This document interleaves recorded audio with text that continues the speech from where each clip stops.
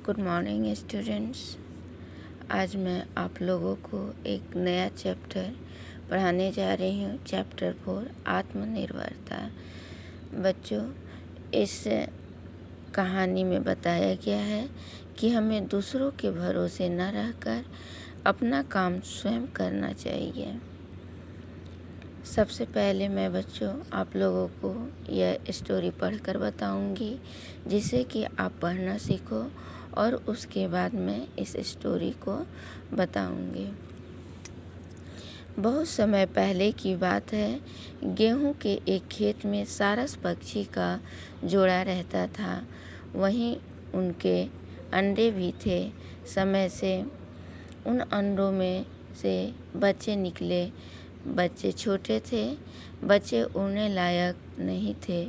उससे पहले कि फसल पक गई, सारस बड़ी चिंता में थे। किसान फसल काटने आए, इससे पहले ही उन्हें बच्चों के साथ वहाँ से चले जाना चाहिए था, लेकिन उनके बच्चे अभी उड़ नहीं सकते थे। सारस ने बाहर जाने से पहले अपने बच्चों से कहा, बच्चों, हमारे यहाँ न रहने पर यदि कोई खेत के पास आए तो उसकी बात सुनकर याद रखना। उसी दिन शाम को जब सारस भोजन लेकर बच्चों के पास वापस लौटा तो बच्चों ने कहा, आज किसान आया था। वह बहुत देर तक खेत के चारों ओर घूमता रहा। एक दो स्थान पर खड़े होकर देर तक खेत देखता रहा। फिर उसने अपने बेटे से कहा कि वह अब फसल काटने योग्य हो गई है।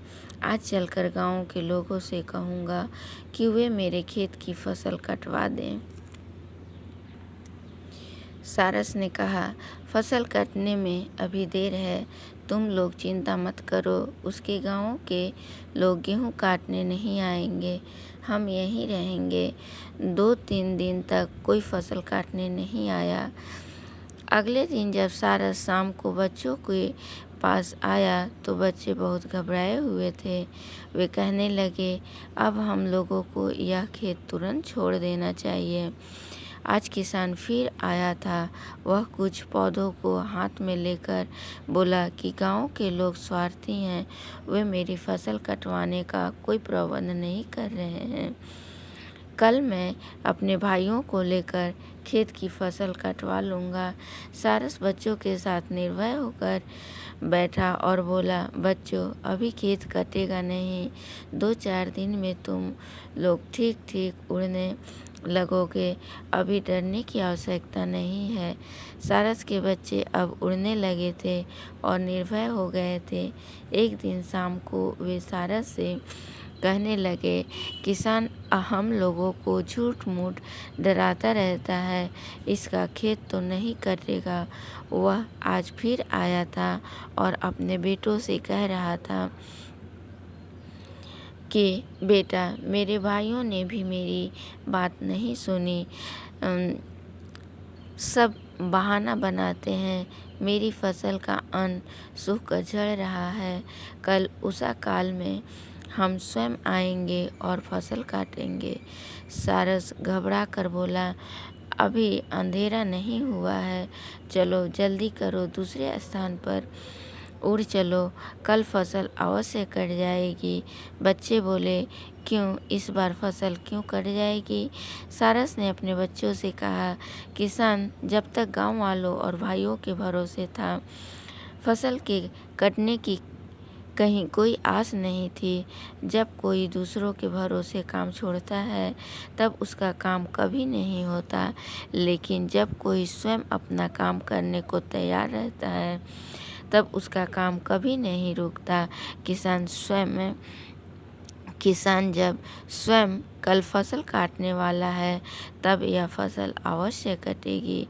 सारस अपने बच्चों के साथ उसी समय वहां से उड़कर दूसरे सुरक्षित स्थान पर चला गया। बच्चों, आप यहाँ डायग्राम में देख रहे हो, कुछ सारस है और ये जो आप देख रहे हो येलो येलो कलर की, एक गेहूं है और ये सारस के सारस के एक झुंड जो है इस गेहूं के खेत में रहता था। इन्हें गेहूं को देखकर चिंता हो रही थी कि गेहूं तो पक गई है, कभी भी गेहूं को काटने के लिए मालिक आ सकता है और गेहूं काट लेगा तो वे सारस कहाँ रहेंगे। सारस जो मम्मी पापा थे वे बच्चों को कहते थे कि आप अच्छे से रहना और ध्यान देना कि जो गेहूं का मालिक है वह आ रहा है या कोई और भी व्यक्ति आ रहा है क्या, जिससे कि आपको खतरा हो।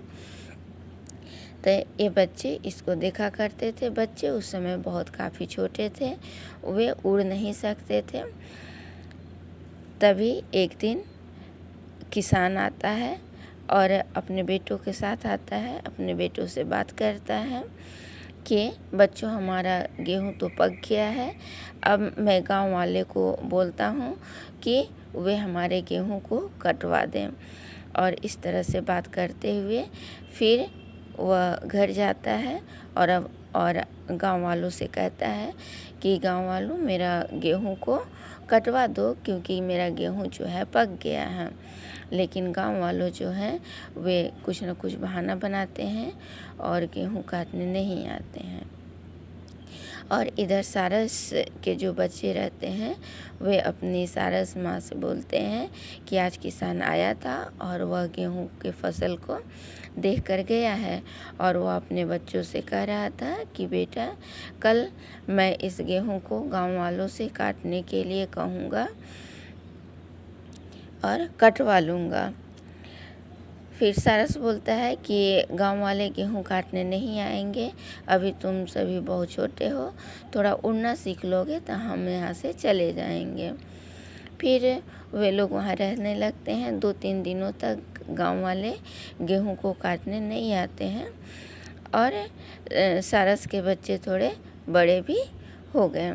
तभी एक दिन और किसान आता है और सारस माँ जो है कहीं पे गई रहती है और बच्चे जो हैं सुनते हैं कि किसान अपने बच्चों के साथ बातें करता है कि बच्चों अब गेहूं को कटवा लेना है और गांव वाले तो हमारी मदद नहीं किए, लेकिन मैं अपने भाइयों से कहूँगा कि वे हमारा गेहूं को कटवा दें।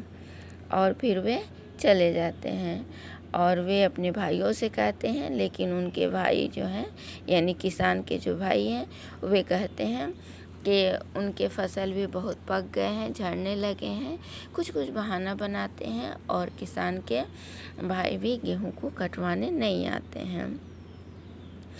तभी के ये बच्चे इधर अपने माँ से कहते हैं, सारस माँ से कहते हैं कि आज फिर किसान आया था, लेकिन वह अपने बच्चों से बातें कर रहा था कि वह कल आएगा और गेहूं कटवा ले जाएगा। इससे पहले गांव वालों से उसने गेहूं काटने के लिए कहा, लेकिन गांव वाले उसकी बात नहीं सुने और गेहूं नहीं कटवाए। लेकिन कल वह आएगा अपने भाइयों के साथ और गेहूं कटवाएगा। फिर सारस माँ कहती है कि वह गेहूं फिर कल नहीं कटेगा, तुम लोग बहुत छोटे हो, थोड़ा बड़े हो जाओगे, उसके बाद मैं तुम लोगों को यहाँ से सुरक्षित जगह पर ले जाऊँगा। फिर देखते हैं कि किसान नहीं आता है अपने भाइयों के साथ और फिर से 2-4 दिन फसल नहीं करता है। फिर सारस कहीं जाता है, सारस माँ कहीं जाती है और बच्चे गेहूं के खेत में रहते हैं। किसान आता है, फिर अपने बच्चों से बात करता है, बेटा मैं गांव वालों से कहा कि गेहूं कटवा दे, लेकिन वे नहीं आए काटने। भाइयों से भी कहा, लेकिन भाइयों ने भी मेरी मदद नहीं की और गेहूं नहीं कटवाए। सभी के सभी कुछ न कुछ बहाना बनाकर नहीं आए, लेकिन कल मैं अवश्य आऊँगा और गेहूं कटवाऊँगा, खुद काट लूँगा। और फिर जब सारस माँ आती है तो बच्चे अपनी माँ को बताते हैं कि आज फिर किसान आया था और वह बोल रहा था कि गांव वाले और उसके भाइयों ने गेहूं कटवाने में मदद नहीं की है, लेकिन कल स्वयं किसान आएगा और गेहूं को काट ले जाएगा।